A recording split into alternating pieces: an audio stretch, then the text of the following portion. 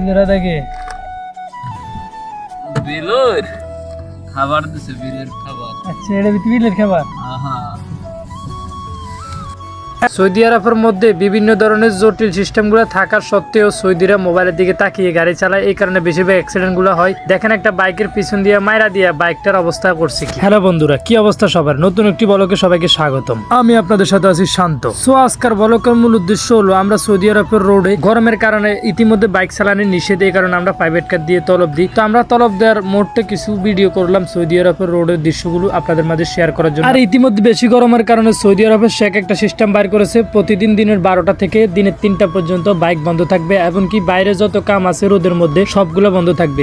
এতে সকল শ্রমিকের জন্য অনেকটাই সুবিধা রয়েছে, কারণ গরমের কারণে কাজ করলে অনেকটাই অসুবিধা হয় সব। আর আমরা এই মুহূর্তে যে রোডটা দিয়ে যাইতেছি, এই রোডটার দৃশ্যটা কিন্তু রাতে আরো অনেকটা উজ্জ্বল হয়। আপনারা জানেন সৌদি আরবের রাতের লাইটে পুরো শহরটা অন্যরকম ভাবে দেখা যায়, এই কারণে দিনে আমরা শুটটা নেওয়ার কারণে অতটা সুবিধা দেখা যাইতেছে না রাস্তাটা। আর আপনি এখানে যদি নতুন আসেন বা এই দেশের রাস্তা দিয়ে নতুন ভাবে গাড়ি চালান, আপনার কাছে লোকেশন মজুদ থাকা সত্ত্বেও আপনি কোন দিক থেকে কোন দিকে যাবেন ওইটা টের পাবেন না, কারণ এক একটা সাইডে দিয়ে 5 থেকে 6টা রাস্তায় আপনি কোনটা দিয়ে ঢুকবেন ওইটা আপনার মাথা ঢুকবে। এই সৌদি আরবের মধ্যে বা আরব আমিরা বলেন, এসব রাষ্ট্রগুলো আরব কান্ট্রির মধ্যে যতগুলো রাষ্ট্র আছে এগুলোর মধ্যে বেশিরভাগ গরম হওয়ার কারণ হলো এই দেশের পাহাড়গুলোর উপর রোদ পড়ার কারণে পাহাড়গুলো আরো উত্তপ্ত হয়ে ওঠে, এবং কি এই দেশের মধ্যে তেমন একটা গাছ নাই, এই কারণে গাছ না থাকার কারণে বেশিরভাগ অনেকটাই গরম হয়। আপনারা জানেন আগে সৌদি আরবে বা মিডল ইস্টের মধ্যে যতগুলো রাষ্ট্র ছিল এগুলোর মধ্যে প্রচুর গরম পড়তো, এখন কিন্তু অতটা পড়ে না, কারণ আপনারা দেখতেছেন রোডের মধ্যে খেজুর গাছ এমনকি বিভিন্ন ধরনের গাছগুলো লাগার কারণে। আর সৌদি আরবের মধ্যে ইতিমধ্যে কিন্তু অনেক গাছ তারা লাগাইতেছে, এমনকি গাছ রাখার তারা চেষ্টা করতেছে, কারণ প্রত্যেকটা গাছের মধ্যে তারা লোক দিয়ে খাটনি দিয়ে প্রচুর চেষ্টা করে তারা দেখতেছেন গাছগুলো কিন্তু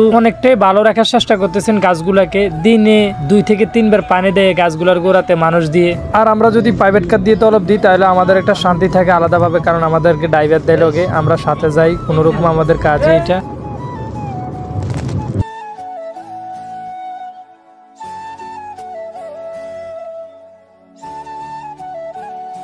আমি কিন্তু গাড়ির মধ্যে একানা, ড্রাইভার সহ আমরা ভাই ব্রাদার 2 জনে আছি, উনি আমার বড় ভাই। দুজনে অনেক হাসাহাসি করতেছি আর বাইরের দৃশ্যগুলো আমরা উপভোগ করতেছি, এমনকি আপনাদেরকে দেখানোর একটু সুযোগ করে দিলাম, যেহেতু ক্যামেরার মধ্যে আমরা অতটা সুযোগ সুবিধা করে আপনাদেরকে দেখাইতে পারতেছি না, কারণ এখানকার দৃশ্যগুলো খুবই অন্যরকম।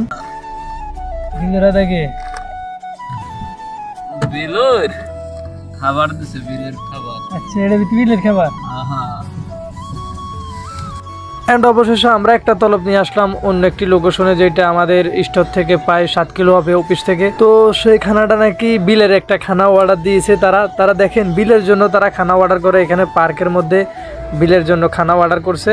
সৌদিরা পার্কে আসে ঘুরতে, এখানে হয়তো বিলে টিলে আশেপাশে থাকে, কারণে বিলের জন্য একটা খানা অর্ডার করছে।